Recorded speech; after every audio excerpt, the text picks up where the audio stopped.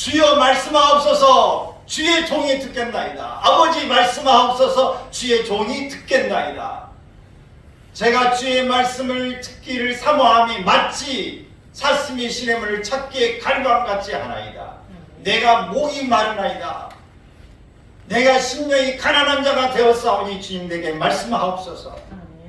오늘 여러분들의 입으로 하나님 앞에 이런 고백을 하면서 귀를 기울이기 바랍니다. 그런데 우리 한국인들에게는 과거 지향적인 그런 사고방식의 틀이 매우 견고하게 자리 잡고 있습니다. 우리나라는 이 거주지를 계속 옮겨 다니는 유목 문화가 아닌 농경 문화로 시작했습니다.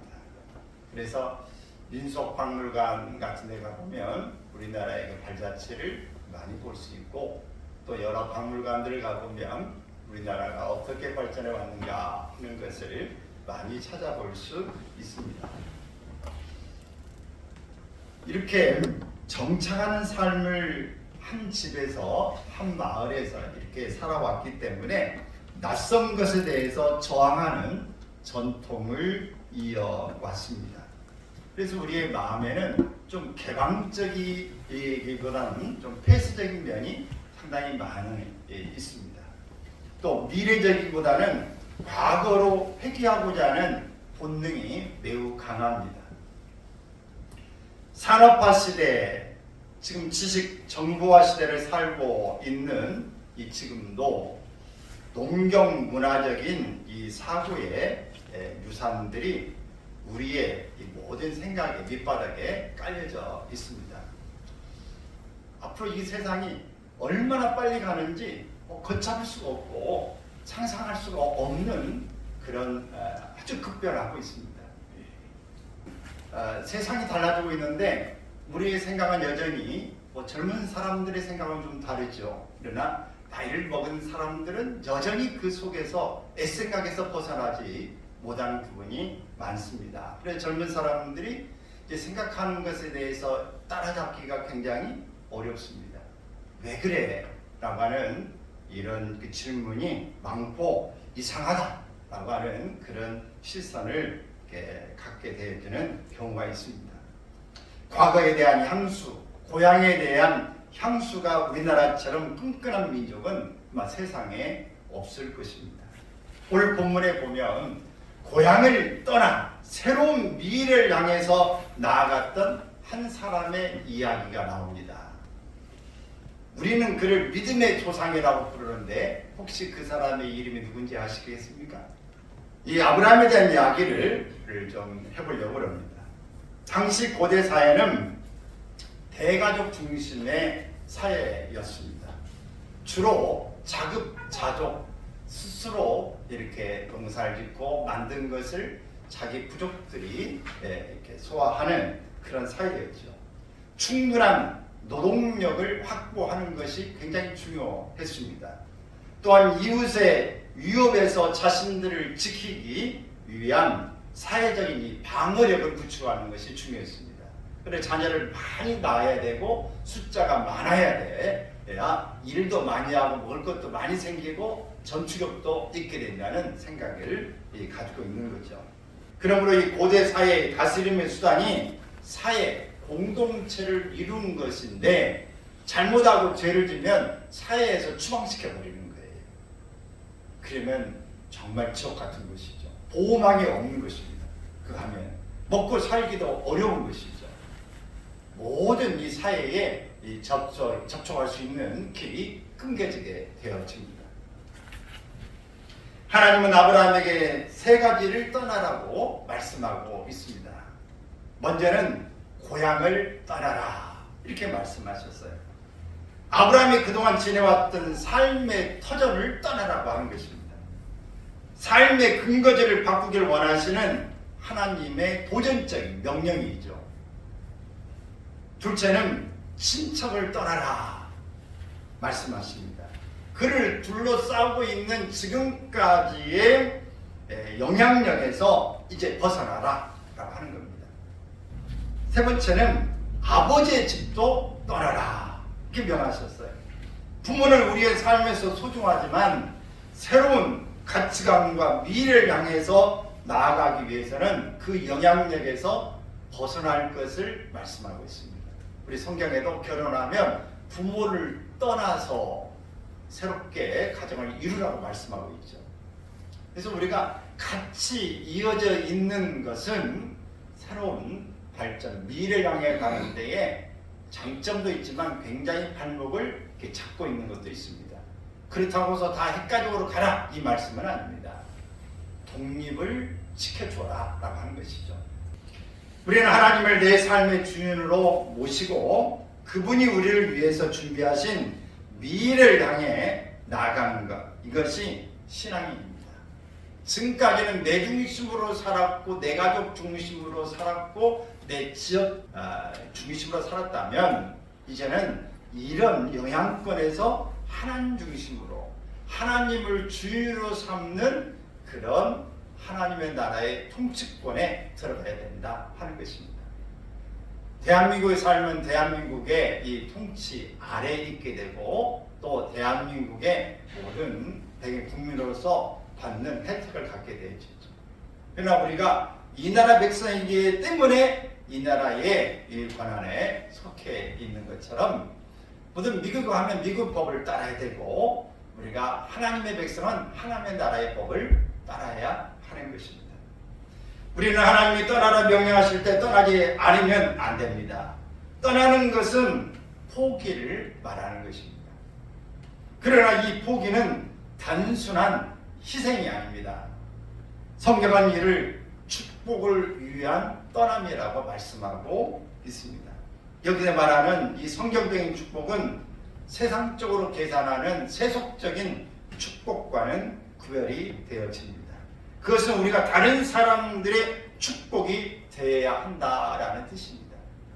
나 혼자만의 축복이 아니라 내가 하나님 앞에서 다른 사람을 위한 축복의 신분으로 그런 대상이 되어야 된다 하는 것입니다. 믿는 사람들도 돈을 많이 벌어야 된다. 벌 수 있는 대로 많이 벌어서 유익하게 정말 가치 있는 일에 써야 되는데 세상 사람들, 안 믿는 사람들도 많은 돈을 벌고 훌륭하게 지위를 가지게 되는데 믿는 사람들도 이렇게 훌륭한 자리, 좋은 자리에 올라가고 많은 돈을 벌어서 영향력 있게 선하게 사용하는 것이 필요하다. 많이 버세요. 이런 이야기를 했는데 여러분도 많이 버시길 바랍니다. 그 위치에 있는 사람, 영향력을 미칠 수 있는 사람이 그 생각이, 사상이 어떠냐에 따라서 굉장히 그 영향력은 대단합니다. 한 사람의 대통령이 바뀌면 나라의 체제, 모든 이 금융이라든지 정책이 바뀝니다. 지금 전 대통령이 뭐 잘한다 못한다 뭐 여러 가지 평가를 할 수 있겠죠. 그러나 지금 시도하려고 하는 것이 연금계, 노동계, 교육계 이런 것들을 지금 계획하겠다라고 하는 건데 역대 대통령은 또 해보려고 했지만 인기에 영합하는 것 때문에 선거에 여러 민감한 사안들이기 때문에 시도하지 못한 부분들이기도 합니다. 오늘 한 사람이 바뀌면 많은 분들의 정책이 달라지고 모든 문화가 달라진다 하는 사실입니다. 오늘 여러분들이 기독교의 영향력, 하나님의 사람으로서 선한 영향력을 미칠 수 있기를 바랍니다. 우리가 어떻게 출발과 떠남이 축복에 연관되어져 있는지, 어떻게 해야 우리는 이런 하나님의 말씀의 법칙에 따라서 아브라함처럼 될 수 있을 것인지를 좀 생각해 보려고 합니다. 먼저는 우리가 떠나려고 할 때 우리 생각에서 우리 계산에서만 가면 하나님이 없는 그런 행동은 마땅치 않습니다. 먼저 아브라함이 떠난 이유는 어디 있느냐? 하나님의 음성을 들었기 때문에 그렇습니다. 하나님께서 너는 떠나라 했기 때문에 떠나는 거예요. 내가 소출이 어떤 분의 자문서 같은데 소출이 내가 많이 창고를 짓고 이것저것 해야 되겠다 할 때 내 생명을 오늘 취한다면 이 모든 것이 누구에게 되겠냐? 내가 이 도시 저 도시에 가서 이런 계획을 세우겠다 말하는데 네가 하나님 없이 네 계획만 세우는 것이 허망할 뿐. 우리 하나님이 함께 하시지 않고 하나님께서 모든 것들을 막으시면 우리의 계획은 수포로 돌아가게 되어지는 것입니다. 여러분, 원래 세상의 사람들은 하나님 없이 사는 것이니까 그럴 수 있습니다. 그러나 우리가 하나님의 사람으로서 하나님의 복을 우리가 받고 아브라함처럼 이렇게 축복의 사람이 되기 위해서는 먼저 하나님의 뭘 드려야 된다? 음성을 드려야 된다라고 하는 사실입니다. 여기서부터 시작하는 것입니다. 하나님께서 아브라함에게 말씀하셨고 아브라함은 하나님의 음성을 들었습니다. 그것이 새로운 삶의 출발점인 것입니다. 여러분에게 새로운 도전, 어떤 새로운 것들의 비전을 가지고 나가기를 원하십니까? 하나님의 음성이 들려지기를 바랍니다. 그걸로 꼭 기도하십시오. 그래서 하나님께 여러분 구체적으로 말씀하시는 그것을 부여잡고 출발할 수 있기를 바랍니다. 스데반은 사도행전에서 이렇게 그가 순교하기 전에 이런 설교를 하게 되어집니다. 아브라함의 이야기를 전하면서 내 고향과 친척을 떠나 내가 내게 보일 땅으로 가라 하시니 라고 이렇게 아브라함에 대해서 설명합니다. 즉 아브라함이 하나님을 부른 것이 아니라 하나님이 먼저 아브라함을 불렀다 하는 사실입니다. 여러분, 우리가 하나님 앞에 기도하면 다 응답하신다, 오늘 이런 그 믿음 굉장히 좋죠. 근데 내가 하나님 앞보고 이렇게 해주세요 저렇게 하면 하나님이 다 한다, 이렇게 우리가 생각하는 것이 믿음이 좋은 것 같기도 하지만 한편 생각해 보면 내가 하나님을 종 부르듯이 이렇게 이리 와라 저리 가라 이거 해라 저거 해라 이렇게 하면 한다, 오늘 이 생각은 잘못된 생각입니다. 우리 하나님 앞에 하나님 내가 무엇을 하리까, 하나님 내가 어떻게 하는 것이 하나님 원하시는 일입니까, 이걸 찾는 것이고 하나님께서 우리에게 말씀하시는 지시하시는 것을 잘 들어서 행동하는 것입니다. 하나님의 뜻이 무엇인지를 구하고 그 뜻을 찾아서 우리가 행동으로 옮기는 것, 이것이 중요한 것이죠. 아멘. 아브라함이 하나님을 부른 것이 아니라고 하는 사실, 창세기 12장 우리 1절 우리가 본문에 같이 읽었는데 한번 읽겠습니다. 너는 너의 고향과 친척과 아버지의 집을 떠나 내가 내게 보여줄 땅으로 가라 말씀하셨죠. 아브라함이 이 하나님의 음성을 들었을 때 아브라함의 새로운 삶이 시작되어집니다. 우리는 출발점이 들음으로부터 시작되는 거예요. 보고 들음으로써 시작된다. 유명한 기독교 철학자 프란시스 셰퍼라고 하는 이분은 자신의 저서에서 그분은 거기에 계신다, 그리고 말씀하신다. 다만 우리가 하나님께서 하시는 말씀을 듣지 못하고 있을 뿐입니다. 하나님은 지금도 우리에게 말씀하고 계십니다. 우리의 귀를 기울이시고 마음을 열고 그분의 음성에 귀를 기울이기를 바랍니다. 아멘. 어린 사무엘이 제사장 엘리 성전에서 머물면서 그가 사무엘상 3장 9절에서 이렇게 이야기했어요. 여호와여 말씀하옵소서 주의 종이 듣겠나이다. 시작. 여호와여 말씀하옵소서 주의 종이 듣겠나이다. 여러분 늘 이렇게 하나님 앞에 기도할 때에 이런 음성을, 이런 마음을 가지시고 귀 기울이기를 바랍니다. 아멘. 주여 말씀하옵소서 주의 종이 듣겠나이다. 아버지 말씀하옵소서 주의 종이 듣겠나이다. 제가 주의 말씀을 듣기를 사모함이 마치 사슴이 시냇물을 찾기에 갈망같이 하나이다. 내가 목이 마르나이다. 내가 심령이 가난한 자가 되었사오니 주님 내게 말씀하옵소서. 오늘 여러분들의 입으로 하나님 앞에 이런 고백을 하면서 귀를 기울이기 바랍니다. 정말 하나님 앞에서 귀를 기울일 필요가 있어요. 사모하는 마음을 가지고 있어야 됩니다. 사모하는 사람, 사모하는 영혼을 하나님 만족해 해 주십니다. 여러분, 우리의 마음에 하나님 앞에 우리의 마음을 다 해서 그분 앞에 온전히 나아가기를 바랍니다. 그러면 하나님께 우리의 영혼에 체험을 주시는 것입니다.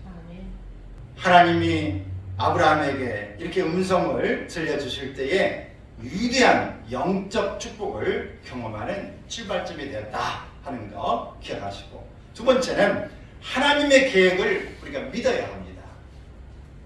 본문 2절에 말씀 읽습니다. 내가 너로 큰 민족을 이루고 내게 복을 주어 내 이름을 장대하게 하리니 너는 복이 될지라. 지금까지 살아온 고향 땅을 떠나고 지금까지 먹고 살아왔던 모든 삶의 근거를 다 버리면 이와 같이 하시겠다고 하는 것입니다. 75세 된 아브라함의 나이로 볼 때 쉽게 모험적인 도전을 시작하기가 어려웠습니다. 오히려 생활의 안정을 도모하고 평안한 여생을 꿈꾸는 것이 당연한 때였습니다. 그러나 하나님께서 나를 부르실 때는 하나님의 놀라우신 계획이 있다고 하는 것을 믿은 것입니다. 히브리서 4장 2절에 말씀 같이 읽습니다. 그들과 같이 우리도 복음 전함을 받은 자나 들은 바 그 말씀이 그들에게 유익하지 못한 것은 듣는 자가 믿음과 결부시키지 아니하니라 라고 말씀했는데, 아브라함은 믿기 어려운 상황 속에서도 믿었습니다. 가나안 땅에 관한 사전 정보를 알려주지 않았지만 믿었습니다. 우리가 여행을 가더라도 여행 정보가 있어서 그 지역에 이러이러한 것이 있고 날씨는 어떠니 옷은 어떻게 가져가고 뭘 해야 된다, 풍속은 어떠니 뭘 조심해야 된다, 우리가 다 사전에 좀 지식을 가지고 가야 여행이 그래도 우리가 어려움을 좀 막을 수 있게 되어지는 것이죠. 여러분의 하나님께서 우리에게 말씀하실 때는 분명히 거기에 따른 대비도 다 해놓으셨다는 것을 믿으시기 바랍니다. 예수님께서 12명의 제자를 뽑으셨고 또 70명의 제자들을 또 따로 이렇게 두었습니다. 그래서 전도할 때 2사람씩 짝을 지어서 보내셨던 것도 보게 되어지는데, 가면서 예수 그리스도의 이름으로 귀신을 쫓아내고 천국복음을 전파하고 병든 자는 안수해서 고쳐라 라고 이야기했어요.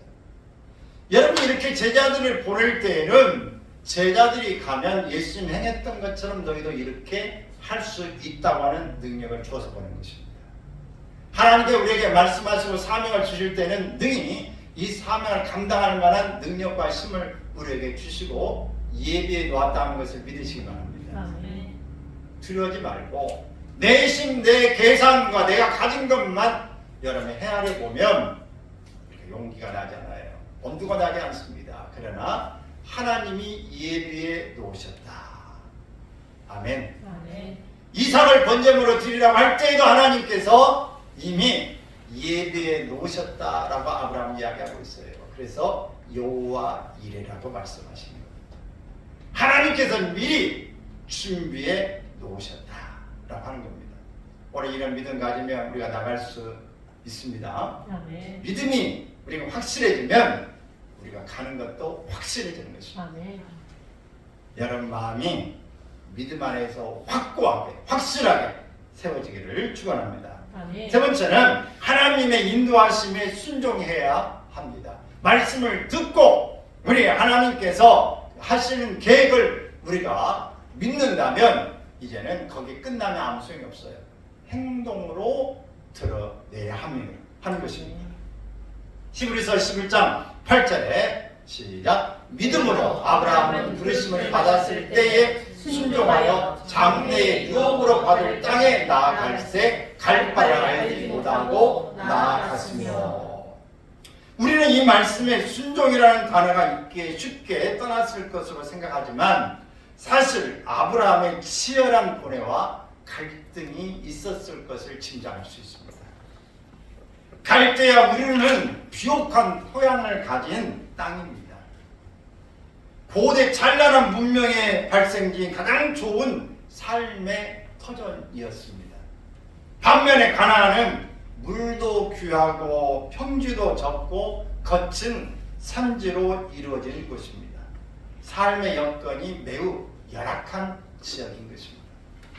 보다 나은 삶의 터전을 찾아 나선 것이 아니었습니다. 우리가 이민을 간다든지 할 때에 어디로 갑니까? 아프리카, 남미, 정말 좀 미개하고 살기 어려운 그 나라로 가는 게 아니죠. 갈 때 넉넉하고 좋은 이제 그런 땅, 호주, 미국, 캐나다 뭐 이런 데로 가지 않습니까? 되게 뭐 그냥 가서 잘 뿌리낼 수 있고 편안하고 좋은 환경을 우리가 먼저 계획하고 이렇게 가는 것입니다. 여러분, 오늘 하나님의 말씀을 확실하게 서서 우리가 나갈 때에 하나님께서 우리 인도해 주신 줄로 믿습니다. 아브라함의 순종이 처음부터 그러면 완전한 거냐? 그렇지는 않습니다. 가나안 땅에 곧바로 가는 것이 아니라 고향을 떠나서 하란에 한동안 머물렀습니다. 창세기 11장 31절에 보면은 거기에 그렇게 소개하고 있습니다. 조카 롯도 데리고 갔음을 12장 4절에서 우리가 말씀하죠. 아버지 데라가 죽을 때까지 하란에 머물렀습니다. 그러면 여러분, 오늘 아브라함이라고 해서 곧바로 하나님의 말씀을 100% 순종해서 완전하게 간 것은 아니다. 오늘 우리가 가다 보면 좀 연식이 필요할 때가 있어요. 그것은 가다 보니까 시행착오를 겪고 이렇게 하니까 더뎌지고 이게 안 되구나, 이렇게 곧바로 가는 게 안전하구나 하면 하나하나를 이렇게 바꿔갈 수 있죠. 우리의 믿음이 있다고 하는 것 같지만 현실을 부딪히면 덜컥 마음이 주저앉으면 그 자리에 덜컥 주저앉는 거예요. 곧바로 못 갑니다. 다 같이 덜컹 놀래가지고 덜컹하면 우리도 덜컹하니 그 자리에 주저앉는 거예요. 멈춰요. 근데 이거 뭐지? 차가 뭐가 덜컹하면 멈춰가지고 보잖아요. 별거 아니구나 하면 다시 갑니다. 안전을 확인한 다음에 가는 거예요. 아브라함의 이 불완전한 순종, 부분적인 순종에 불과했지만 성경은 아브라함이 믿음으로 순종했다고 결론을 내립니다. 우리도 믿는다고 고백하지만 결코 온전한 것이 되지 못하지만 두려워하지 않기를 바랍니다. 아브라함도 그랬는데 나도 여전히 아브라함을 넘어설 수 있는 사람은 아니구나. 그러나 아브라함이 끝까지 갔다면 나도 간다, 이런 생각을 갖기를 바랍니다. 성경은 뭐라고 말씀하는가? 12장 5절 거기에는 마침내 가나안 땅에 들어갔다. 시작. 마침내 가나안 땅에 들어갔다. 마침내가 중요한 거예요. 마침내. 우리가 가다가 해찰도 하고 우리 중도에 머물러서 여러 가지 좀 핑계도 대보고 좀 두려움도 갖고 염려도 가지면서 있을 수는 있지만 끝내 마침내 하나님 말씀하신 것에 우리는 이른다, 순종한다고 하는 것을 우리 염두에 두시고 끝까지 행진하시길 바랍니다. 우리의 걸음이 불완전해도 전능하신 하나님을 믿고 하나님의 음성을 들으면서 하나님의 비전과 계획을 신뢰하면 마침내 축복의 자리에 언젠가 도달해 있을 것을 믿습니다. 두 형제가 있었다. 농사를 짓고 추수를 해서 각각 자기 창고에 곡식을 저장해 놓았다. 그런데 형이 생각할 때 이 동생은 아직 결혼을 하지 않았기 때문에 얘는 결혼도 해야 되는데 돈이 많이 필요할 거야. 그래서 형이 가지고 있는 창고에서 곡식을 가져다가 밤에 동생의 창고에 갖다가 넣고 온 것입니다. 그런데 이 동생은 또 생각할 때 형님은 결혼되고 어린 식구들이 많으니 곡식을 상할 일이 많을 거야. 나는 혼자 하잖아. 그래서 곡식을 갖다가 이 자기 창고에서 형의 이 창고에다 갖다가 집어넣습니다. 그 며칠 지나고 보는데 이 곡식 창고에 여전히 각자 보니까 이게 줄지 않고 그대로 있는 거예요. 갖다가 냈으니까 좀 줄여야 되는데 왜 안 줄지? 그 어느 날 밤에 두 형제가 이렇게 서로 곡식을 갖고 창고로 가는데 만났어요. 어땠을까요?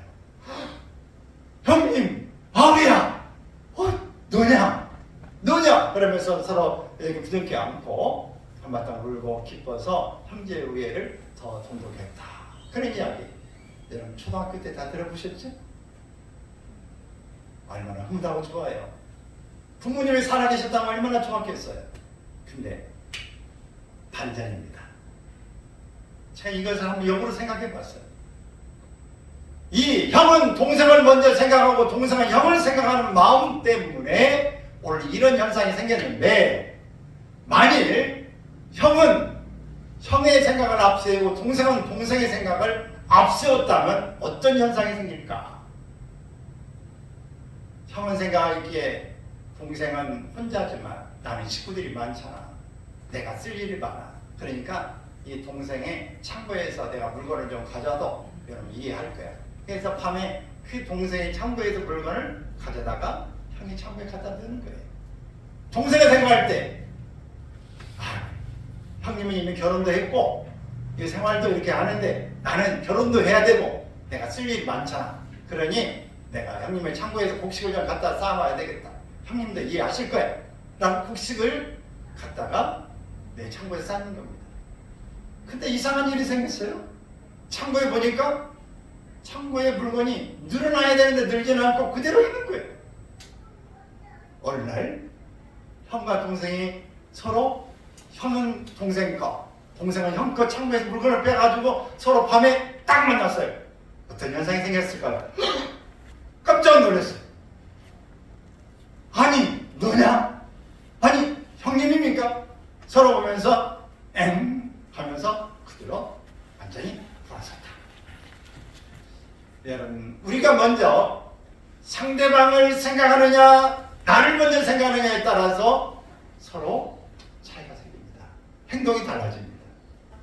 대화를 할 때도 인간관계에서도 똑같습니다. 직장에서도 가정에서도 부부에서도 모든 관계에 똑같아요. 나를 먼저 생각하느냐 상대를 먼저 생각하느냐에 따라 다릅니다. 오늘 성경의 말씀 아브라함처럼 하나님의 말씀을 먼저 생각하느냐 나의 생각을 먼저 생각하느냐에 따라서 행동이 달라집니다.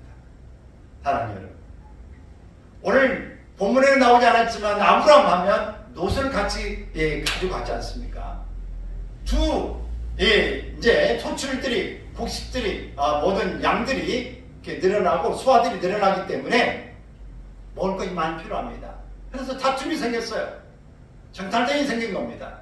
그래서 갈라서자 하면서 아브라함이 이제 삼촌이 조카에게 네가 좌하면 난 우할 것이고 네가 우하면 내가 좌하리라. 네가 선택해라. 할 때에 롯은 좋은 것을 보고 소할 땅, 이 소돔에 가까운 그곳에 넉넉한 땅을 선택했습니다. 사양한 부분이 성경에 나오지 않습니다. 선택하라 하니까 좋은 걸 보고 네 하고 받아들였습니다. 아브라함은 양보했습니다. 롯을 먼저 생각한 사람이었어요. 근데 성경이 이렇게 말합니다. 아브라함이 섰을 때에 네가 선 동서남북을 바라보아라. 이 모든 것들을 너와 내 후손에 주겠다. 이렇게 말씀하시는 것입니다. 사랑하는 여러분, 오늘 우리가 먼저 무엇을 생각할 것인가가 중요합니다. 하나님의 말씀을 들었을 때에 하나님의 입장에서 하나님의 계획하심을 생각할 것인지 나의 입장에서 나의 계획을 생각할 것인지 나의 처지와 형편을 볼 것인지 하나님의 뜻하심을 생각할 것인지를 보는 게 중요합니다. 여러분, 믿음은 여기에 있는 것입니다. 하나님 중심이냐 나 중심이냐의 차이가 있는 것입니다. 이럴 때 하나님이 축복하시는가 아니면 축복하지 않고 저주를 하시는 것입니다. 오늘 본문에 보면은 아브라함 너를 축복하는 자에게 나도 축복할 것이고 너를 저주하는 자에게 나도 저주하리라 이렇게 말씀했어요. 하나님이 아브라함을 얼마나 보호하시고 얼마나 사랑하시고 귀하게 여기시고 그의 모든 삶을 책임져 주고 계시는가 이것을 알 수 있습니다. 하나님 우리를 존귀하게 여기시고 계심을 믿습니다. 하나님 우리를 뽑으시고 우리 하나님 앞에서 하나님의 말씀을 준행하는 자를 하나님이 그냥 두지 않으심을 보게 되어질 것입니다. 오늘 한 주간 우리가 살아갈 때에 오늘 아브라함이 이 약속을 보여잡고 먼저 하나님의 음성을 듣고 하나님의 계획을 믿음으로 받아들이고 순종하여 나아갔더니 하나님이 마침내 오늘 그것에 이르게 하시고 하나님의 복을 후대에 이어가게 하셨다 하는 것을 꼭 기억하기 바랍니다. 아멘. 이런 복이 여러분의 집안에 여러분 삶의 후대에 넉넉하게 충만하게 미쳐지기를 축원합니다.